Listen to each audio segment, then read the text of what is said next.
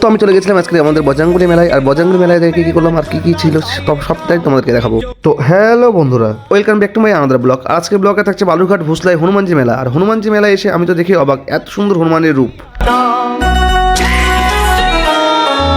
আর হনুমান চল্লিশে আছে না, জয় হনুমান জ্ঞান গুণ শাখা, সত্যি দেখে মনে জ্ঞান গুণে ভরা তার ভিতরে।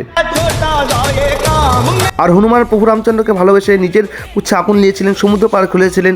এটা হলো ভক্ত আর ভগবানের এমন ভালোবাসার প্রতীক। সেরকম আমাদেরও ভক্ত আর ভগবানের এইরকমই হওয়া উচিত। যেমন বিকট রূপ ধরে রামচন্দ্রের কাছে সাহায্য করেছিল, তেমনই তুমি কোনো বিপদে পড়ে একবার হনুমানের নাম নিয়ে দেখো, অবশ্যই সে পার করবে সেই বিপদ থেকে। আর এখানে শুধু হনুমান পুজো হয় না, রাম লক্ষ্মণ সীতা শিব পুজো, হনুমান পুজো এবং মনসা পুজোও হয়। আর এখানে চলছে মনসা গান। তো সবাই মিলে বলো জয় মা মনসা, জয় বাবা হনুমান।